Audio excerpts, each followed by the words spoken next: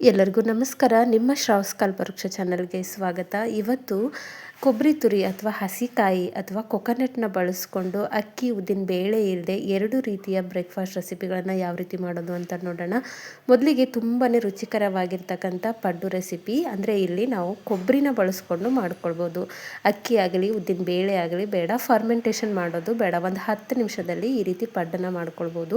ಅದ್ರ ಜೊತೆಗೆ ಕಾಯಿನ ಬಳಸ್ಕೊಂಡು, ಹಸಿ ಕಾಯಿನ ಬಳಸ್ಕೊಂಡು ಘಮಘಮಿಸುವ ಒಂದು ಇಡ್ಲಿನ, ಮೃದುವಾಗಿರ್ತಕ್ಕಂಥ ಹತ್ತಿಯಷ್ಟೇ ಮೃದುವಾಗಿರ್ತಕ್ಕಂಥ ಮಲ್ಲಿಗೆ ಹೂವಿನ ರೀತಿಯಲ್ಲಿ ಬೆಳ್ಳಗಿರ್ತಕ್ಕಂಥ ಒಂದು ಕೋಕೋನಟ್ ಇಡ್ಲಿನ ಯಾವ ರೀತಿ ಮಾಡೋದು ಅಂತ ನೋಡೋಣ. ಇಲ್ಲಿ ಕೂಡ ನಾವು ಇಡ್ಲಿ ರವೆಗೆ ಉದ್ದಿನ ಬೇಳೆ ಬದಲಿಗೆ ಕೋಕೋನಟ್ನ ಹಾಕಿ ಒಂದು 10 ನಿಮಿಷದಲ್ಲಿ ಈ ರೀತಿ ಇಡ್ಲಿನ ತಯಾರಿಸ್ಕೊಳ್ಬೋದು. ಮೊದಲಿಗೆ ನಾವಿಲ್ಲಿ ಪಡ್ಡನ್ನ ಯಾವ ರೀತಿ ಮಾಡೋದು ಅಂತ ನೋಡ್ಕೊಳ್ಳೋಣ. ನೋಡಿ, ನಾನಿಲ್ಲಿ ಒಂದು ಅರ್ಧ ಬಟ್ಲು ಆಗುವಷ್ಟು ಹಸಿ ಕಾಯಿ ತುರಿನ ತೊಗೊಂಡಿದ್ದೀನಿ.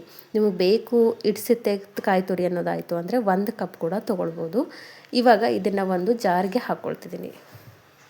ಇವಾಗ ಇದನ್ನು ನಾವು ಎಷ್ಟು ಸಾಧ್ಯನೋ ಅಷ್ಟು ಒಂದು ಸ್ವಲ್ಪ ನೀರು ಸೇರಿಸ್ಕೊಂಡು ನುಣ್ಣಗೆ ರುಬ್ಕೊಂಡು ಬರಬೇಕು. ನೋಡಿ, ಈ ರೀತಿಯಲ್ಲಿ. ನಿಮಗೆ ಮೇಲ್ಗಡೆ ಸಿಪ್ಪೆ ಬೇಡ ಅಂತಂದರೆ ಅದನ್ನು ತಕ್ಕೊಂಡು ತೆಂಗಿನಕಾಯಿಯ ಒಂದು ಬಿಳಿ ಭಾಗ ಮಾತ್ರ ಹಾಕ್ಕೊಂಡು ಈ ರೀತಿ ರುಬ್ಬಿಟ್ಕೊಳ್ಳಿ. ಎಷ್ಟು ಸಾಧ್ಯನೋ ಅಷ್ಟು ನುಣ್ಣಗೆ ರುಬ್ಕೊಳ್ಬೇಕು. ನೋಡಿ, ಈ ರೀತಿಯಲ್ಲಿ. ಇವಾಗ ನೋಡಿ, ನಾನು ಒಂದು ಪಾತ್ರೆಗೆ 1 ಕಪ್ ಆಗುವಷ್ಟು, ಯಾವ ಕಪ್ಪನ್ನು ನಾನು ಕಾಯಿ ತುರಿಗೆ ಬಳಸ್ಕೊಂಡಿದ್ದೆ ಅದೇ ಕಪ್ಪಿಂದ 1 ಕಪ್ ಆಗುವಷ್ಟು ಚಿರೋಟಿ ರವೆ ಬಳಸ್ಕೊಳ್ತಿದ್ದೀನಿ. ಹಾಗೆ ಅದೇ ಕಪ್ಪಿಂದ 1/4 ಕಪ್ ಆಗುವಷ್ಟು ಮೊಸರನ್ನ ಸೇರಿಸ್ಕೊಂಡಿದ್ದೀನಿ. ಹಾಗೆ ರುಬ್ಬಿ ಇಟ್ಟಿರ್ತಕ್ಕಂಥ ಒಂದು ಕಾಯಿ ತುರಿಯ ಮಿಶ್ರಣ ಕೂಡ ನಾನಿಲ್ಲಿ ಸೇರಿಸ್ಕೊಳ್ತಿದ್ದೀನಿ. ಇಲ್ಲಿ ಕಲರ್ ಚೇಂಜ್ ಆಗಿದೆ, ಯಾಕಂದರೆ ನಾನು ಮೇಲ್ಗಡೆ ಆ ಒಂದು ಕಾಯಿ ಅಥವಾ ಕೊಬ್ಬರಿಯ ಮೇಲ್ಗಡೆ ಇರ್ತಕ್ಕಂಥ ಒಂದು ಬ್ರೌನ್ ಕಲರ್ನ ನಾನು ತೆಗೆದಿರಲಿಲ್ಲ. ನೀವು ಬೇಕು ಅಂದರೆ ತಕ್ಕೊಂಡು ಮಾಡಿದಾಗ ಇನ್ನು ಕಲರ್ ವೈಟ್ ಆಗಿ ಬರುತ್ತೆ. ಇದ್ರೂ ಕೂಡ ಏನೂ ತೊಂದರೆ ಇಲ್ಲ, ಪಡ್ಡಿಗೇನು ತೆಗೆಯೋ ಅವಶ್ಯಕತೆ ಇರೋದಿಲ್ಲ. ಈಗ ಮೊದಲಿಗೆ 3 ನಾವು ಹಾಕಿ ಕರೆಕ್ಟಾಗಿ ಕಲಿಸ್ಕೊಳ್ಳೋಣ. ಇವಾಗ ಬೇಕು ನೀರು ಆ್ಯಡ್ ಮಾಡಿಕೊಂಡು ನೋಡ್ಕೊಂಡು ಆ್ಯಡ್ ಮಾಡ್ಕೊಳ್ಳಿ. ಸ್ವಲ್ಪನೇ ಆ್ಯಡ್ ಮಾಡ್ಕೊಳ್ತಾ ಹೋಗಿ. 1 ಕಪ್ಪು ಚಿರೋಟಿ ರವೆ, 1/4ರಿಂದ ಅರ್ಧ ಕಪ್ ಆಗುವಷ್ಟು ಮೊಸರು, ಹಾಗೆ ನಿಮಗೆ ಯಾವ ಪ್ರಮಾಣದಲ್ಲಿ 1 ಕಪ್ ಬೇಕಂದರೆ 1 ಕಪ್ಪು ಕಾಯಿ ತುರಿನ ರುಬ್ಬಿ ಸೇರಿಸ್ಕೊಳ್ಬೋದು. ಇಲ್ಲ ಅಂತಂದರೆ ಒಂದು ಅರ್ಧ ಕಪ್ ಆದರೂ ಕಾಯಿ ತುರಿನ ರುಬ್ಬಿ ಸೇರಿಸ್ಕೊಳ್ಬೇಕು. ಇಲ್ಲಿ ಉದ್ದಿನ ಬೇಳೆ ಅವಶ್ಯಕತೆಯೇ ಇರೋದಿಲ್ಲ. ಹಾಗೆ ಕಾಯಿ ತುರಿನ ಸೇರಿಸಿ ಮಾಡೋದ್ರಿಂದ ನಾವು ಮಾಡ್ತಕ್ಕಂಥ ಪಡ್ಡು ಮೃದುವಾಗಿ ಬರುತ್ತೆ, ಹಾಗೆ ಘಮಘಮಿಸುತ್ತೆ. ಅದ್ರ ಜೊತೆಗೆ ಆರೋಗ್ಯಕ್ಕೂ ಕೂಡ ತುಂಬಾ ಒಳ್ಳೆಯದು. ಹಾಗಾಗಿ ಇವಾಗ ನೋಡಿ, ಕಲಸಿದ್ದಾಗಿದೆ. ಒಂದು 10 ನಿಮಿಷ ರೆಸ್ಟ್ ಮಾಡೋಕ್ಕೆ ಇಟ್ಬಿಡೋಣ. ಇದು ರೆಸ್ಟ್ ಆಗೋದ್ರೊಳಗೆ ಒಂದು ಸೂಪರ್ ಆಗಿರ್ತಕ್ಕಂಥ ಒಂದು ಚಟ್ನಿನ ರೆಡಿ ಮಾಡ್ಕೊಂಡಿದ್ದೆ. ಸಿಂಪಲ್ಲಾಗಿ ಒಂದು ಒಗ್ಗರಣೆ ಹಾಕ್ಕೊಂಡಿದ್ದೀನಿ ಅಷ್ಟೇ. ಈ ಹಿಂದೆ ಕೂಡ ಆಲ್ರೆಡಿ ಚಟ್ನಿ ರೆಸಿಪಿಗಳನ್ನು ಅಪ್ಲೋಡ್ ಮಾಡಿದ್ದೀನಿ, ಹಾಗಾಗಿ ಇಲ್ಲಿ ನಾನು ಶೇರ್ ಮಾಡ್ಕೊಂಡಿಲ್ಲ. ಜಸ್ಟ್ ನಿಮ್ಗೆ ಯಾವ ರೀತಿ ಬೇಕೋ ಆ ಚಟ್ನಿನ ಮಾಡಿಕೊಂಡು ಬಳಸ್ಕೊಳ್ಬೋದು. ಕಾಯಿ ಚಟ್ನಿ ಬೇಡ ಅಂತಂದರೆ ಟೊಮೆಟೊ ಚಟ್ನಿ ಕೂಡ ನೀವು ಮಾಡ್ಕೊಳ್ಬೋದು. ಇವಾಗ ಇದು ರೆಡಿಯಾಗಿದೆ, ಇದನ್ನು ಸೈಡಲ್ಲಿ ಇಟ್ಬಿಡೋಣ. ಚಟ್ನಿ ಮಾಡೋಷ್ಟರೊಳಗೆ ಅಂದರೆ ಒಂದು 10ರಿಂದ 15 ನಿಮಿಷ ಹಿಟ್ಟನ್ನು ಸೆಟ್ಟಾಗಿ ಹಾಕ್ಬಿಟ್ಟಿದ್ದೆ. ಹಿಟ್ಟು ಕೂಡ ಕರೆಕ್ಟಾಗಿ ಸೆಟ್ ಆಗಿದೆ. ಕಲಿಸುವಾಗ ಹಿಟ್ಟು ಒಂದು ಸ್ವಲ್ಪ ತಿಳಿಯಾಗಿರಲಿ, ಯಾಕಂದರೆ ಹಾಕಿರ್ತಕ್ಕಂಥ ರವೆ ನೆನ್ಕೊಳ್ಳೋಕ್ಕೆ ಅನುಕೂಲ ಆಗುತ್ತೆ. ಹಾಗಾಗಿ ಕಲಿಸುವಾಗ ಒಂದು ಸ್ವಲ್ಪ ದೋಸೆ ಹಿಟ್ಟಿನ ಹದಕ್ಕೆ ನಾವು ಹಿಟ್ಟನ್ನು ಕಲಿಸ್ಕೊಳ್ಬೇಕು. ಅದಾದಮೇಲೆ ಹಿಟ್ಟು ಕರೆಕ್ಟಾಗಿ ರವೆ ನೆನ್ಕೊಂಡಿರುತ್ತಲ್ಲ, ಹಿಟ್ಟು ಕರೆಕ್ಟಾಗಿ ಪಡ್ಡಿನ ಹಿಟ್ಟಿನ ಹದಕ್ಕೆ ಬಂದಿರುತ್ತೆ. ಇವಾಗ ಒಂದ್ಸರಿ ಕಲಿಸ್ಕೊಂಡಿದ್ದೀನಿ. ಇವಾಗ ಇದಕ್ಕೆ ಸಣ್ಣದಾಗಿ ಹೆಚ್ಚಿರ್ತಕ್ಕಂಥ ಒಂದು ಈರುಳ್ಳಿನ ಸೇರಿಸ್ಕೊಳ್ತಿದ್ದೀನಿ. ಇದು ಆಪ್ಷನಲ್, ಬೇಕು ಅಂದರೆ ಸೇರಿಸ್ಕೊಂಡು ಮಾಡ್ಕೊಳ್ಳಿ, ಇಲ್ಲ ಅಂದರೆ ಹಾಗೆ ಪ್ಲೇನಾಗಿ ಕೂಡ ಮಾಡ್ಕೊಳ್ಬೋದು. ಸೇರಿಸೋದ್ರಿಂದ ರುಚಿ ಕೂಡ ಹೆಚ್ಚಾಗುತ್ತೆ ಅನ್ನೋದಕ್ಕೋಸ್ಕರ ಸೇರಿಸ್ಕೊಂಡಿದ್ದೀನಿ. ಈಗ ಒಂದು ಸ್ವಲ್ಪ ರುಚಿಗೆ ತಕ್ಕಷ್ಟು ಉಪ್ಪು, ಹಾಗೆ ಅದ್ರ ಜೊತೆಗೆ ಸಣ್ಣದಾಗಿ ಹೆಚ್ಚಿರ್ತಕ್ಕಂಥ ಒಂದು ಸ್ವಲ್ಪ ಕೊತ್ತಂಬರಿ ಸೊಪ್ಪನ್ನ ಹಾಕ್ಕೊಂಡಿದ್ದೀನಿ. ಇವಾಗ ನೀಟಾಗಿ ಕಲಿಸ್ಕೊಂಡು ಬಿಡೋಣ. ಇಲ್ಲಿ ಯಾವುದೇ ರೀತಿಯ ಫರ್ಮೆಂಟೇಷನ್ ಇಲ್ಲ, ಕೇವಲ 10 ನಿಮಿಷದಲ್ಲಿ ಈ ಪಡ್ಡನ್ನು ಮಾಡ್ಕೊಳ್ಬೋದು. ತುಂಬಾ ಸ್ಮೂತಾಗಿ ಬರುತ್ತೆ. ಹಾಗಾಗಿ ಈ ಒಂದು ಪಡ್ಡು ರೆಸಿಪಿನ ಅಪ್ಲೋಡ್ ಮಾಡಿದ್ದೀನಿ. ಇವಾಗ ನೋಡಿ, ಇನ್ಸ್ಟೆಂಟ್ ಆಗಿರೋದ್ರಿಂದ 1 ಸ್ಪೂನು ನಾನು ಇಲ್ಲಿ ಈನೋ ಬಳಸ್ಕೊಂಡಿದ್ದೀನಿ. ಫ್ರೂಟ್ ಸಾಲ್ಟ್ ಅಂತಾರಲ್ಲ, ಅದನ್ನು ಹಾಕ್ಕೊಂಡಿದ್ದೀನಿ. ಇದು ಇಂಟ್ರೆಸ್ಟ್ ಇತ್ತು ಅಂದರೆ ಹಾಕ್ಕೊಳ್ಳಿ, ಇಲ್ಲ ಅಂತಂದರೆ ಅಡುಗೆ ಸೋಡಾ ಕೂಡ ಬಳಸ್ಕೊಳ್ಬೋದು, ಮೃದುವಾಗೇ ಬರುತ್ತೆ. ಉಬ್ಳಿ ಅನ್ನೋದಕ್ಕೋಸ್ಕರ ನಾನಿಲ್ಲಿ ಈನೋ ಬಳಸ್ಕೊಂಡಿದ್ದೀನಿ. ಈನೋ ಹಾಕಾದ್ಮೇಲೆ ಭಾಳ ಹೊತ್ತುವರೆಗೂ ಹಿಟ್ಟನ್ನು ನಾವು ಹಾಗೆ ಬಿಡಬಾರ್ದು. ಹಾಗಾಗಿ ಎಲ್ಲ ರೆಡಿ ಮಾಡಿಕೊಂಡು ಈ ರೀತಿ ಈನೋ ಹಾಕ್ಕೊಂಡು ನೀಟಾಗಿ ಎಲ್ಲ ಹಿಟ್ಟಿಗೆ ಸ್ಪ್ರೆಡ್ ಆಗೋ ರೀತಿಯಲ್ಲಿ ಹಿಟ್ಟನ್ನು ಕಲಿಸ್ಕೊಂಡ್ರೆ ಆಯಿತು. ಇವಾಗ ನೋಡಿ, ನಮಗೆ ಬೇಕಾಗಿರ್ತಕ್ಕಂಥ ಕೋಕೋನಟ್ ಪಡ್ಡಿಗೆ ಹಿಟ್ಟು ರೆಡಿಯಾಗಿದೆ. ಇಷ್ಟು ಹಿಟ್ಟು ರೆಡಿ ಆದರೆ ಸಾಕು. ಈ ಸೈಡಲ್ಲಿ ನಾನು ಆಲ್ರೆಡಿ ಗ್ಯಾಸ್ ಮೇಲೆ ಪಡ್ಡಿನ ಹಂಚನ ಕಾಯ್ಲಿಕ್ಕಿಟ್ಟಿದ್ದೆ. ಮೀಡಿಯಮ್ ಫ್ಲೇಮಲ್ಲಿ ಇಟ್ಕೊಂಡು ಹಂಚನ ಕಾಯಿಸ್ಕೊಂಡು ಈ ರೀತಿ ಎಣ್ಣೆನ ಹಾಕ್ಕೊಂಡು ಸ್ವಲ್ಪ ಲೋ ಟು ಮೀಡಿಯಮ್ ಫ್ಲೇಮಲ್ಲೇ ಇಟ್ಕೊಂಡು ನಾವು ರೆಡಿ ಮಾಡಿರ್ತಕ್ಕಂಥ ಹಿಟ್ಟನ್ನು ಹಾಕ್ತಾ ಹೋಗಬೇಕು. ನೋಡ್ಕೊಂಡು ಹಾಕ್ಕೊಳ್ಳಿ, ಈನೋ ಹಾಕಿರೋದ್ರಿಂದ ಉಬ್ಬಿಕೊಂಡು ಬರುತ್ತೆ. ತೆಗಿಯೋಕ್ಕೆ ಅನುಕೂಲ ಆಗೋ ರೀತಿಯಲ್ಲಿ ನಾವು ಹಿಟ್ಟನ್ನು ಸೇರಿಸ್ತಾ ಬರಬೇಕು. ಈ ಒಂದು ರೆಸಿಪಿ ತುಂಬಾ ಪರ್ಫೆಕ್ಟ್ ಆಗಿರ್ತಕ್ಕಂಥ ರೆಸಿಪಿ. ನಾವು ಹಲವಾರು ರೀತಿಯ ಪಡ್ಡುಗಳನ್ನು ಮಾಡಿರ್ತೀವಿ, ಆದರೆ ಈ ಒಂದು ಪಡ್ಡನ್ನು ಒಂದ್ಸರಿ ಟ್ರೈ ಮಾಡಿ. ಸ್ಮೂತ್ ಆಗಿರ್ತಕ್ಕಂಥ ಒಂದು ಪಡ್ಡು ರೆಸಿಪಿ. ಮನೆಯಲ್ಲಿ ಏನಾದರೂ ಕಾಯಿ ಜಾಸ್ತಿ ಉಳಿದಿತ್ತು ಅಂದರೆ ಈ ಥರ ಒಂದ್ಸರಿ ಟ್ರೈ ಮಾಡಿ ನೋಡಿ. ಇವಾಗ ನೋಡಿ, ಮೇಲ್ಗಡೆ ಒಂದು ಪ್ಲೇಟ್ ಅಥವಾ ಲಿಡ್ನ ಕ್ಲೋಸ್ ಮಾಡಿ 3-4 ನಿಮಿಷ ಮೀಡಿಯಮ್ ಫ್ಲೇಮಲ್ಲಿ ಬೇಯಿಸ್ಕೊಂಡಿದ್ದೀನಿ. ನಿಮಗೆ ಗರಿ ಆಗಬೇಕು ಅಂತಂದರೆ ಲೋ ಫ್ಲೇಮಲ್ಲಿ ಇಟ್ಕೊಂಡು ಇನ್ನೂ ಕೂಡ ಬೇಯಿಸ್ಕೊಳ್ಬೋದು. ನೋಡಿ, ಇಲ್ಲಿ ಸಕ್ಕರೆನ ನಾವು ಬಳಸೇ ಇಲ್ಲ, ಆದರೂ ಕೂಡ ಕಲರ್ ಪರ್ಫೆಕ್ಟಾಗಿ ಕಟ್ಕೊಂಡಿದೆ. ಇನ್ನೂ ಗಾಢವಾಗಿ ಕಲರ್ ಬೇಕು ಅಂತಂದರೆ ಒಂದು ಅರ್ಧ ಸ್ಪೂನು ಸಕ್ಕರೆ ಹಾಕ್ಕೊಳ್ಬೋದು, ಆದರೆ ಇಲ್ಲಿ ಸಕ್ಕರೆ ಅವಶ್ಯಕತೆಯೇ ಇರೋದಿಲ್ಲ. ನೋಡಿ, ಪರ್ಫೆಕ್ಟಾಗೇ ಪಡ್ಡನ್ನು ನಾವು ಮಾಡ್ಕೊಳ್ಬೋದು. ಎಲ್ಲ ಪಡ್ಡನ್ನು ತಿರುಚಿ ಹಾಕಾದ್ಮೇಲೂ ಕೂಡ ಅಷ್ಟೇ ಈ ರೀತಿ ಎರಡೂ ಸೈಡಲ್ಲಿ ಕೆಂಪಾಗೋವರೆಗೂ ಬೇಯಿಸ್ಕೊಳ್ಳಿ. 3-4 ನಿಮಿಷ ಲೋ ಟು ಮೀಡಿಯಮ್ ಫ್ಲೇಮಲ್ಲಿ ಇಟ್ಕೊಂಡು ಎರಡೂ ಸೈಡಲ್ಲಿ ಈ ರೀತಿ ಕೆಂಪಾಗಿರಬೇಕು. ಅಲ್ಲಿವರೆಗೂ ಬೇಯಿಸ್ಕೊಂಡಾಗ ಒಳಗಡೆ ಕರೆಕ್ಟಾಗಿ ಬೆಂದ್ಕೊಂಡಿರುತ್ತೆ. ಇವಾಗ ಬೆಂದ್ಕೊಂಡಿದೆ, ತಗೊಳ್ತಿದ್ದೀನಿ. ನಿಮಗೆ ಬೇಕು ಅಂದರೆ ನಾನು ಈರುಳ್ಳಿ ಹಾಕಿದಾಗಲೇ ನೀವು ಹಸಿರು ಮೆಣಸಿನಕಾಯಿ ಕೂಡ ಸಣ್ಣದಾಗಿ ಕಟ್ ಮಾಡಿ ಹಾಕ್ಕೊಳ್ಬೋದು. ಯಾಕಂದರೆ ಕಾಯಿ ತುರಿನ ಬಳಸಿ ಮಾಡ್ತಿರೋದ್ರಿಂದ ಕಾಯಿ ತುರಿ ಫ್ಲೇವರ್ ಇದ್ದೇ ಇರುತ್ತೆ, ಚಟ್ನಿ ಅವಶ್ಯಕತೆ ಇರೋದಿಲ್ಲ. ಹಾಗಾಗಿ ಹಸಿರು ಮೆಣಸಿನಕಾಯಿ ಖಾರ ಅಷ್ಟೇ ಬೇಕಾಗಿರುತ್ತೆ. ಹಾಗಾಗಿ ಆ ರೀತಿ ಕೂಡ ಹಸಿರು ಮೆಣಸಿನಕಾಯಿ ಕೂಡ ಸೇರಿಸ್ಕೊಂಡು ಮಾಡ್ಕೊಳ್ಬೋದು. ಇಲ್ಲಿ ಇನ್ನೊಂದು ಬ್ಯಾಚ್ ಕೂಡ ಹಾಕಿ ತೋರಿಸ್ತಿದ್ದೀನಿ. ಇವಾಗ ನೋಡಿ, ಒಂದು ಅರ್ಧ ಕಪ್ ಕೊಬ್ಬರಿ ತುರಿ ಇತ್ತು ಅಂತಂದರೆ, ಅಥವಾ ಹಬ್ಬ ಹರಿದಿನದಲ್ಲಿ ನಿಮಗೇನಾದರೂ ಕೊಬ್ಬರಿ ತುರಿ ಹಾಳಾಗ್ತಿತ್ತು ಅಂತಂದರೆ, ಅಥವಾ ಮಳೆಗಾಲದಲ್ಲಿ ಒಣಗದೆ ಹಾಳಾಗ್ತಿದೆ ಅಂದಾಗ ಈ ರೀತಿ ಮಾಡ್ಕೊಳ್ಬೋದು. ಕೊಬ್ಬರಿನ ನಾವು ಬಳಸಿ ಮಾಡ್ಕೊಳ್ಳೋದ್ರಿಂದ ಆರೋಗ್ಯಕ್ಕೂ ಕೂಡ ತುಂಬಾ ಒಳ್ಳೆಯದು. ಹಾಗಾಗಿ ಒಂದ್ಸರಿ ಈ ರೀತಿ ಟ್ರೈ ಮಾಡಿ. ಇಲ್ಲಿ ಕಾಯಿ ಚಟ್ನಿ ಆದರೂ ಮಾಡ್ಕೊಳ್ಬೋದು, ಅಥವಾ ಶೇಂಗಾ ಚಟ್ನಿ ಆದ್ರೂ, ಅಥವಾ ಕಡಲೆ ಬೀಜ ಚಟ್ನಿ ಆದರೂ ಮಾಡ್ಕೊಳ್ಬೋದು. ನೋಡಿ ಎಷ್ಟು ಸಾಫ್ಟ್ ಅಂತಂದರೆ ಬಾಯಲ್ಲಿಟ್ಟರೆ ಕರಗಬೇಕು ಅಷ್ಟು ಮೃದುವಾಗಿರ್ತಕ್ಕಂಥ ಒಂದು ಹೆಲ್ದಿಯಾಗಿರ್ತಕ್ಕಂಥ ಕೊಕೊನೆಟ್ ಪಡ್ಡು ರೆಸಿಪಿ. ಒಳಗಡೆಯಿಂದ ಕೂಡ ಅಷ್ಟೇ ಮೃದುವಾಗಿ ಬಂದಿರುತ್ತೆ. ನೋಡಿ, ಈ ರೀತಿಯಲ್ಲಿ ಒಂದ್ಸರಿ ಟ್ರೈ ಮಾಡಿ. ತುಂಬಾ ಪರ್ಫೆಕ್ಟ್ ಆಗಿರ್ತಕ್ಕಂಥ ರೆಸಿಪಿ ಕೊಕೊನೆಟ್ ಪಡ್ಡು ರೆಸಿಪಿ.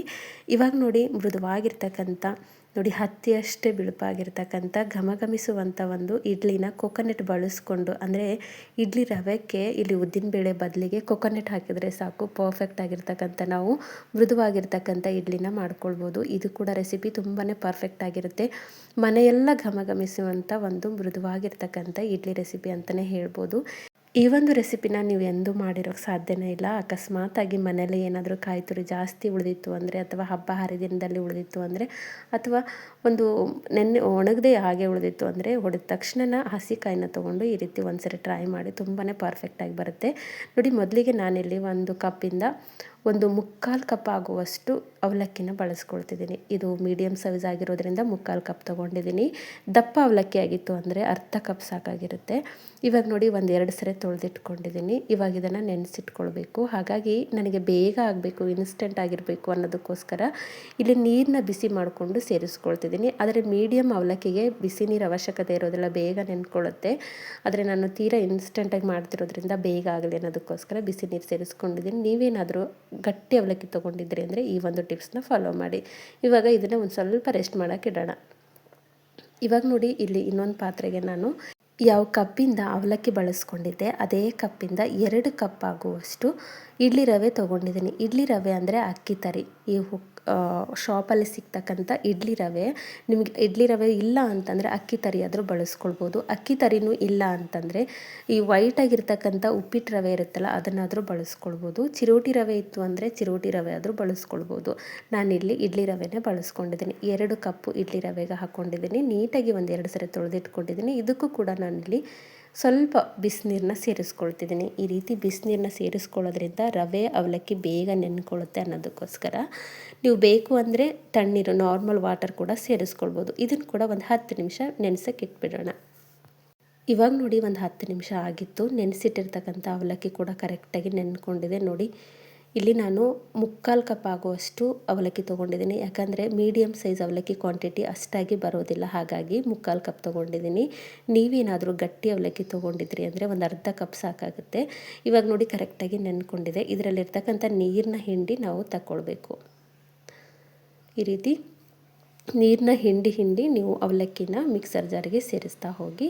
ಇವಾಗ ನೋಡಿ, ಎಲ್ಲ ಅವಲಕ್ಕಿನೂ ಮಿಕ್ಸರ್ ಜಾರಿಗೆ ಸೇರಿಸ್ಕೊಂಡಿದ್ದೀನಿ. ಈಗ ಯಾವ ಕಪ್ಪಿಂದ ರವೆ ಅವಲಕ್ಕಿ ತೊಗೊಂಡಿದ್ದೆ ಅದೇ ಕಪ್ಪಿಂದ 1 ಕಪ್ ಆಗುವಷ್ಟು ಹಸಿ ತೆಂಗಿನಕಾಯಿ ತುರಿನ ತೊಗೊಂಡಿದ್ದೀನಿ. ಮೇಲ್ಗಡೆ ಸಿಪ್ಪೆ ತೆಗೆದು ತೊಗೊಳ್ಳಿ. ಇಲ್ಲಿ ನಾವು ಪಡ್ಡಿಗೆ ಸಿಪ್ಪೆ ತೆಗೆದಿರಲಿಲ್ಲ, ಬ್ರೌನ್ ಕಲರ್ ಇರುತ್ತಲ್ಲ ಕಾಯ್ದು, ಅದನ್ನು ತೆಗೆದಿರಲಿಲ್ಲ. ಆದರೆ ಇಲ್ಲಿ ಇಡ್ಲಿ ಮಾಡುವಾಗ ತೆಗೆದಿಟ್ಕೊಂಡಿದ್ದೀನಿ, ಯಾಕಂದರೆ ಇಡ್ಲಿ ಕಲರ್ ವೈಟಲ್ಲಿ ಬರಲಿ ಅನ್ನೋದಕ್ಕೋಸ್ಕರ. ಅಲ್ಲಿ ಕೂಡ ತಗೊಳ್ಬೋದು, ತೆಗೆದೇ ಇದ್ದರೂ ಕೂಡ ನಡೆಯುತ್ತೆ, ಆದರೆ ಇಲ್ಲಿ ತಗೊಳ್ಳೇಬೇಕು. ಇಡ್ಲಿ ತೆಗೆಯೋದ್ರಿಂದ ಬಿಳುಪಾಗಿ ಬರುತ್ತೆ ಅನ್ನೋದಕ್ಕೋಸ್ಕರ. ಇವಾಗ ಅವಲಕ್ಕಿ ಕಾಯಿ ತುರಿನ ನುಣ್ಣಗೆ ರುಬ್ಕೊಳ್ಬೇಕು. ಎಷ್ಟು ಸಾಧ್ಯನೋ ಅಷ್ಟು, ಸ್ವಲ್ಪನೂ ತರಿ ನಮಗೆ ಕಾಯಿ ತುರಿ ಕಾಣಿಸ್ಬಾರ್ದು, ಆ ರೀತಿಯಲ್ಲಿ ರುಬ್ಬಿಟ್ಕೊಳ್ಬೇಕು. ನೋಡಿ ಈ ರೀತಿಯಲ್ಲಿ ಹೆಚ್ಚು ಕಡಿಮೆ ನಾವು ಉದ್ದಿನಬೇಳೆ ಯಾವ ರೀತಿ ರುಬ್ಬುತ್ತೀವಿ ಅದೇ ರೀತಿಯಲ್ಲಿ ಇದನ್ನು ಕೂಡ ನಾವು ರುಬ್ಬಿಟ್ಕೊಳ್ಬೇಕು. ನೋಡಿ ಇಲ್ಲಿ ಕಾಯಿ ನಮಗೆ ಒಂದು ಸ್ವಲ್ಪನೂ ಕಾಣಿಸ್ಬಾರ್ದು. ಇದನ್ನು ಒಂದು ಸೈಡಲ್ಲಿ ಇಟ್ಟಿದ್ದೀನಿ. ಇವಾಗ 10 ನಿಮಿಷ ಆಗಿತ್ತು, ರವೆ ಕೂಡ ನೆಂದ್ಕೊಂಡಿದೆ ನೋಡಿ. ಇವಾಗ ಇದನ್ನು ಕಲ್ಕಕ್ಕೆ ಹೋಗಬಾರ್ದು, ಜಸ್ಟ್ ಇದರಲ್ಲಿರ್ತಕ್ಕಂಥ ನೀರನ್ನ ನೀಟಾಗಿ ಹಗುರವಾಗಿ ತಗೊಳ್ಬೇಕು. ಕಲ್ಕಿದ್ರೆ ರವೆ ಮೇಲ್ಗಡೆ ಬಂದುಬಿಡುತ್ತೆ, ಹಾಗಾಗಿ ಕಲ್ಕೋ ಅವಶ್ಯಕತೆ ಇರೋದಿಲ್ಲ. ಜಸ್ಟ್ ನೀರನ್ನ ಬಸ್ತಿಟ್ಕೊಂಡಿದ್ದೀನಿ ನೋಡಿ. ಈ ರೀತಿ ನೀರನ್ನ ಬಸ್ತಿಟ್ಕೊಳ್ಳಿ. ನೀರಿನ ಅಂಶ ಇದ್ದೇ ಇರುತ್ತೆ ರವೆದಲ್ಲಿ, ಹಾಗಾಗಿ ಇಡ್ಲಿ ಹಿಟ್ಟನ್ನು ಕಲಿಸುವಾಗ ಸ್ವಲ್ಪ ನೋಡಿಕೊಂಡೆ ನೀರನ್ನ ಹಾಕ್ಕೊಳ್ಳಿ. ಇವಾಗ ಈ ಒಂದು ಇಡ್ಲಿ ರವೆಗೆ ನಾನು ರುಬ್ಬಿರ್ತಕ್ಕಂಥ ಕೊಕೊನೆಟ್ಟು ಹಾಗೆ ಒಂದು ಅವಲಕ್ಕಿ ಮಿಶ್ರಣನ ಇಲ್ಲಿ ಸೇರಿಸ್ಕೊಳ್ತಿದ್ದೀನಿ. ಈ ಇಡ್ಲಿ ರೆಸಿಪಿ ತುಂಬಾ ಪರ್ಫೆಕ್ಟಾಗಿ ಬರುತ್ತೆ. ನೀವು ಕೂಡ ಇದನ್ನು ಒಂದ್ಸರಿನೂ ಮಾಡಿರೋದಿಲ್ಲ, ಒಂದ್ಸರಿ ಟ್ರೈ ಮಾಡಿ, ತುಂಬಾ ರುಚಿಯಾಗಿರುತ್ತೆ. ಮನೆಯೆಲ್ಲ ಘಮಘಮಿಸುವಂಥ ಒಂದು ಇಡ್ಲಿ ಅಂತಲೇ ಹೇಳ್ಬೋದು. ಇದು ಸ್ವಲ್ಪ ಸಣ್ಣದಾಗಿರೋದ್ರಿಂದ ಬೇರೆ ಪಾತ್ರೆಗೆ ನಾನು ತಗೊಳ್ತಿದ್ದೀನಿ, ಕಲಸೋಕ್ಕೆ ಅನುಕೂಲ ಆಗಬೇಕು. ಹಾಗೆ ಯಾವುದೇ ಹಿಟ್ಟಿರಲಿ, ಪಡ್ಡಿನ ಹಿಟ್ಟಿರಲಿ, ದೋಸೆ ಹಿಟ್ಟಿರಲಿ, ಇಡ್ಲಿ ಹಿಟ್ಟಿರಲಿ, ಕರೆಕ್ಟಾಗಿ ನಾವು ಹಿಟ್ಟನ್ನು ಕಲಿಸಿದಾಗ ಹಗುರವಾಗಿ ಮಾಡ್ತಕ್ಕಂಥ ರೆಸಿಪಿಗಳು ಬರುತ್ತೆ. ಹಾಗಾಗಿ ಹಿಟ್ಟು ಕಲಿಸೋದು ಕೂಡ ತುಂಬಾ ಇಂಪಾರ್ಟೆಂಟು. ಹಾಗಾಗಿ ನಾನಿಲ್ಲಿ ಕೈಲೇ ಕಲಿಸ್ತಿದ್ದೀನಿ. ನಿಮ್ಗೆ ಈ ರೀತಿ ಇಷ್ಟ ಇಲ್ಲ ಅಂತಂದರೆ ಸೌಟ್ ಸಹಾಯದಿಂದನೂ ಕಲಿಸ್ಕೊಳ್ಬೋದು. ಒಟ್ಟಲ್ಲಿ ಯಾವುದೇ ಹಿಟ್ಟನ್ನಾಗಲಿ 2 ನಿಮಿಷ ನೀವು ಹಿಟ್ಟನ್ನು ಕಲಸಿ. ಇವಾಗ ನೋಡಿ, 1 ಕಪ್ಪು, ಯಾವ ಕಪ್ಪಿಂದ ರವೆ ತೊಗೊಂಡಿದ್ನಲ್ಲ ಅದೇ ಕಪ್ಪಿಂದ ನಾನಿಲ್ಲಿ 1 ಕಪ್ ಆಗುವಷ್ಟು ಮೊಸರು ತೊಗೊಂಡಿದ್ದೀನಿ. ಆದರೆ ಎಲ್ಲ ಮೊಸರನ್ನು ಎಟ್ ಎ ಟೈಮ್ ಒಂದೇ ಸರಿಗೆ ಹಾಕ್ಕೊಳ್ಬಾರ್ದು. ಇಲ್ಲಿ ನೀರಿನ ಬದಲಿಗೆ ಸ್ವಲ್ಪ ಮೊಸರು ಎಷ್ಟು ಹಿಡಿಯುತ್ತೋ ಅಷ್ಟು ಮೊಸರನ್ನ ಹಾಕಿ ಕಲಿಸ್ತಾ ಹೋಗಿ. 1 ಕಪ್ಪು ಸಂಪೂರ್ಣವಾಗಿ ಹಿಡಿಯೋದಿಲ್ಲ, 1/4 ಕಪ್ ಅಷ್ಟೇ ಹಿಡಿಯುತ್ತೆ. ಹಾಗಾಗಿ ನೀರಿನ ಬದಲಿಗೆ ಮೊಸರು ಹಾಕ್ಕೊಂಡು ಹಿಟ್ಟು ಕಲಿಸ್ಕೊಂಡಿದ್ದೀನಿ. ಇವಾಗ ಒಂದು ರುಚಿಗೆ ತಕ್ಕಷ್ಟು ಉಪ್ಪು, ಹಾಗೆ ಒಂದೇ ಒಂದು ಚಿಟಿಕೆ ಆಗುವಷ್ಟು ಅಡುಗೆ ಸೋಡಾ ಬಳಸ್ಕೊಂಡಿದ್ದೀನಿ. ಏನೂ ಅಲ್ಲ, ಅಡುಗೆ ಸೋಡಾ ನಾರ್ಮಲಾಗಿ ಬಳಸ್ತೀವಲ್ಲ ಆ ಅಡುಗೆ ಸೋಡಾ ಒಂದು ಚಿಟಿಕೆ ಆದರೆ ಸಾಕು. ಇಡ್ಲಿ ಪರ್ಫೆಕ್ಟಾಗೇ ಬರುತ್ತೆ. ಆದರೆ ನಿಮಗೆ ಜಾಸ್ತಿ ಉಬ್ಬಬೇಕು ಅಂತಂದರೆ ನೀವು ಏನೋ ಬಳಸ್ಕೊಳ್ಬೋದು. ನಾನು ಇಲ್ಲಿ ಏನೋ ಬಳಸ್ತಿಲ್ಲ, ಜಸ್ಟ್ ಅಡುಗೆ ಸೋಡಾ ಹಾಕ್ಕೊಂಡು ಈ ರೀತಿ ಹಿಟ್ಟನ್ನು ರೆಡಿ ಮಾಡ್ಕೊಂಡಿದ್ದೀನಿ. ಇವಾಗ ನೋಡಿ ಹಿಟ್ಟು ರೆಡಿಯಾಗಿದೆ. ಇದನ್ನು ಕೂಡ ಒಂದು ಸೈಡಲ್ಲಿ ಇಡೋಣ, ಒಂದು 10 ನಿಮಿಷ ಸೆಟ್ ಆಗಲಿ ಅದು. ಇವಾಗ ನೋಡಿ ಒಂದು 10 ನಿಮಿಷ ಆಗಿತ್ತು. ಈ ಸೈಡಲ್ಲಿ ಇಡ್ಲಿ ಪ್ಲೇಟಿಗೆ ಒಂದು ಸ್ವಲ್ಪ ಎಣ್ಣೆ ಹಚ್ಕೊಂಡಿದ್ದೀನಿ. ಇವಾಗ ರೆಡಿ ಮಾಡಿರ್ತಕ್ಕಂಥ ಹಿಟ್ಟನ್ನು ನಾನಿಲ್ಲಿ ಹಾಕ್ಕೊಳ್ತಿದ್ದೀನಿ. ನಿಮಗೆ ಟೈಮ್ ಇಲ್ಲ ಅಂತಂದರೆ 10 ನಿಮಿಷ ಸೆಟ್ ಆಗೋಕ್ಕೆ ಬಿಡೋ ಅವಶ್ಯಕತೆಯೂ ಇರೋದಿಲ್ಲ, ಹಾಗೆ ಡೈರೆಕ್ಟಾಗಿ ಮಾಡ್ಕೊಳ್ಬೋದು. ಆಗ ನಾನಿಲ್ಲಿ ಚಟ್ನಿ ಮಾಡುವಷ್ಟು ಮಾತ್ರ ಟೈಮ್ನ ಕೊಟ್ಕೊಂಡಿದ್ದೆ, ಒಂದು 10 ನಿಮಿಷ. ಬಟ್ ನಿಮಗೆ ಟೈಮ್ ಇಲ್ಲ ಅಂತಂದರೆ ಪರವಾಗಿಲ್ಲ, ಡೈರೆಕ್ಟಾಗಿ ನೀವು ಈ ರೀತಿ ಪ್ಲೇಟಿಗೆ ಹಾಕ್ಕೊಳ್ಬೋದು. ನೋಡಿ ನಾನಿಲ್ಲಿ ಎಲ್ಲ ಪ್ಲೇಟ್ಸಿಗೂ ಕೂಡ ನಾರ್ಮಲಾಗಿ ಇಡ್ಲಿ ಹಿಟ್ಟನ್ನು ಯಾವ ರೀತಿ ಹಾಕ್ತೀವಿ ಅದೇ ರೀತಿಯಲ್ಲಿ ಹಾಕಿಟ್ಕೊಂಡಿದ್ದೀನಿ. ಈ ಸೈಡಲ್ಲಿ ಆಲ್ರೆಡಿ ಇಡ್ಲಿ ಒಂದು ಪಾತ್ರೆಗೆ ನೀರು ಹಾಕಿ ಬಿಸಿ ಮಾಡಲಿಕ್ಕೆ ಇಟ್ಟಿದ್ದೆ. ಮೀಡಿಯಮ್ ಫ್ಲೇಮಲ್ಲಿ ಇಟ್ಕೊಂಡು ಈ ರೀತಿ ಪ್ಲೇಟ್ನ ಜೋಡಿಸ್ಕೊಂಡು ಮೀಡಿಯಮ್ ಫ್ಲೇಮಲ್ಲಿ ಮೇಲ್ಗಡೆ ಪ್ಲೇಟ್ನ ಮುಚ್ಕೊಂಡು ಒಂದು 7ರಿಂದ 8 ನಿಮಿಷ, ಅದು ಒಂದು 9 ನಿಮಿಷ ನಾವು ಇಡ್ಲಿನ ಬೇಯಿಸ್ಕೊಂಡ್ರೆ ಸಾಕು. ಈ ರೀತಿ ಘಮಘಮಿಸುವ ಒಂದು ಇಡ್ಲಿ ನೋಡಿ. ಇಲ್ಲಿ ಏನೋ ಬಳಸಿಲ್ಲ, ಜಸ್ಟ್ ಅಡುಗೆ ಸೋಡಾ ಒಂದೇ ಒಂದು ಚಿಟಿಕೆ ಹಾಕ್ಕೊಂಡಿದ್ದೀನಿ, ಆದರೂ ಕೂಡ ಎಷ್ಟು ಪರ್ಫೆಕ್ಟಾಗಿ ಬಂದಿರುತ್ತೆ. ನೀವು ಬೇಕು ಅಂದರೆ ಒಂದು 1/4 ಸ್ಪೂನ್ ಆದರೂ ಅಡುಗೆ ಸೋಡಾ ಅಥವಾ ಏನೋನ ಬಳಸ್ಕೊಳ್ಬೋದು. ಮೃದುವಾಗಿರ್ತಕ್ಕಂಥ ಇಡ್ಲಿ ರೆಡಿಯಾಗಿದೆ. ಗ್ಯಾಸ್ನ ಆಫ್ ಮಾಡಿ ಒಂದು ನಿಮಿಷ ನಾನಿಲ್ಲಿ ಒಂದು ಸ್ವಲ್ಪ ಬಿಸಿ ಇರಲಿ ಅನ್ನೋದಕ್ಕೋಸ್ಕರ ಇಡ್ಲಿ ಪ್ಲೇಟ್ಸ್ನ ತೆಗೆದಿಟ್ಕೊಂಡಿದ್ದೆ. ಇವಾಗ ಎಡ್ಜಸ್ಟ್ನ ತಗೊಂಡ್ರೆ ಸಾಕು, ಇಡ್ಲಿ ತಾನೇ ಎದ್ಕೊಂಡು ಬಂದಿರುತ್ತೆ. ಇಲ್ಲಿ ಈ ಒಂದು ಇಡ್ಲಿ ಸ್ಪೆಷಲ್ ಏನಂದರೆ, ನಾವಿಲ್ಲಿ ಉದ್ದಿನಬೇಳೆ ಬಳಸಿರೋದಿಲ್ಲ, ಹಗುರವಾಗಿರುತ್ತೆ. ಅದ್ರ ಜೊತೆಗೆ ಕಾಯಿನ ಬಳಸಿರೋದ್ರಿಂದ ತುಂಬಾ ವೈಟಾಗಿ ಬರುತ್ತೆ ಇಡ್ಲಿ, ಆಮೇಲೆ ಶೈನಿಂಗ್ ಆಗಿ ಬರುತ್ತೆ. ನೋಡ್ತಿರ್ಬೋದು ನೀವು, ಇಡ್ಲಿನ ನೋಡಿದಾಗ ಗೊತ್ತಾಗುತ್ತೆ. ನಾರ್ಮಲ್ ಇಡ್ಲಿಗಿಂತ ಸೂಪರ್ ಆಗಿರ್ತಕ್ಕಂಥ ಇಡ್ಲಿ. ಹಾಗೆ ತೆಂಗಿನಕಾಯಿನ ಬಳಸಿರೋದ್ರಿಂದ ಆರೋಗ್ಯಕ್ಕೂ ಕೂಡ ತುಂಬಾ ಒಳ್ಳೆಯದು. ಒಂದ್ಸರಿ ಟ್ರೈ ಮಾಡಿ, ತುಂಬಾ ಪರ್ಫೆಕ್ಟ್ ಆಗಿರ್ತಕ್ಕಂಥ ರೀತಿಯಲ್ಲಿ ಈ ಇಡ್ಲಿನ ನೀವು ಮಾಡ್ಕೊಳ್ಬೋದು. ಇನ್ಸ್ಟೆಂಟಾಗಿ ಅಂದರೆ ಒಂದು 10ರಿಂದ 15 ನಿಮಿಷದಲ್ಲಿ ನಾವು ಇಡ್ಲಿನ ಹಾಗೆ ಒಂದು ಚಟ್ನಿನ ಮಾಡ್ಕೊಳ್ಬೋದು. ನೋಡಿ ಎಷ್ಟು ಮೃದುವಾಗಿರುತ್ತೆ, ಎಷ್ಟು ಬಿಳುಪಾಗಿರುತ್ತೆ, ಅಷ್ಟೇ ಘಮಘಮಿಸುವಂಥ ಒಂದು ಕಾಯಿ ಇಡ್ಲಿ, ಅಂದರೆ ಕೊಕೊನೆಟ್ ಇಡ್ಲಿ ಅಂತಲೇ ಹೇಳ್ಬೋದು. ಹಬ್ಬ ಹರಿದಿನದಲ್ಲಿ ಅಥವಾ ಮಳೆಗಾಲದಲ್ಲಿ ಕಾಯಿ ಇದ್ದೇ ಇರುತ್ತೆ. ಕೆಲವೊಂದು ಸರಿ ಒಣಗಿಸೋದು ಕೂಡ ತುಂಬಾ ಕಷ್ಟ. ಅಂಥ ಟೈಮಲ್ಲಿ ಈ ಒಂದು ರೆಸಿಪಿನ, ಉದ್ದಿನ ಬೇಳೆ ಇಲ್ಲದೆ 2 ರೀತಿಯ ರೆಸಿಪಿಗಳನ್ನು, ಆರೋಗ್ಯಕರವಾಗಿರ್ತಕ್ಕಂಥ ಇಡ್ಲಿ ಹಾಗೂ ಪಡ್ಡು ರೆಸಿಪಿಗಳನ್ನು ಒಂದ್ಸರಿ ಟ್ರೈ ಮಾಡಿ ನೋಡಿ. ಇಡ್ಲಿ ಯಾವ ರೀತಿ ಮೃದುವಾಗಿದೆ ಅಂತಂದು ನಮಗೆ ಇಡ್ಲಿ ನೋಡಿದಾಗಲೇ ಗೊತ್ತಾಗುತ್ತೆ ಎಷ್ಟು ಮೃದುವಾಗಿದೆ ಅಂತಂದು. ಈ ರೀತಿ ಬೆಳ್ಳನೆಯ ಇಡ್ಲಿ, ಆರೋಗ್ಯಕರವಾಗಿರ್ತಕ್ಕಂಥ ಘಮಘಮಿಸುವ ಕೊಕೊನೆಟ್ ಇಡ್ಲಿ. ಐ ಹೋಪ್ ಇವತ್ತು ನಾನು ಮಾಡಿರ್ತಕ್ಕಂಥ 2 ರೀತಿಯ ಕೊಕೊನಟ್ ಪಡ್ಡು ಹಾಗೆ ಕೊಕೊನಟ್ ಇಡ್ಲಿ ರೆಸಿಪಿ ನಿಮಗೆ ಭಾಳ ಇಷ್ಟ ಆಗದ ಅಂದ್ಕೊಳ್ತೀನಿ. ಇಷ್ಟ ಆಗಿದ್ದರೆ ದಯವಿಟ್ಟು ನನ್ನ ಚಾನಲ್ನ ಸಬ್ಸ್ಕ್ರೈಬ್ ಮಾಡ್ಕೊಳ್ಳಿ. ಈ ಒಂದು ರೆಸಿಪಿನ ನಿಮ್ಮ ಫ್ರೆಂಡ್ಸ್ ಆ್ಯಂಡ್ ಫ್ಯಾಮಿಲಿಗೆ ಶೇರ್ ಮಾಡಿ. ನಾಳೆ ಮತ್ತೊಂದು ಹೊಸ ರೆಸಿಪಿಯೊಂದಿಗೆ ಸಿಗೋಣ. ಧನ್ಯವಾದ.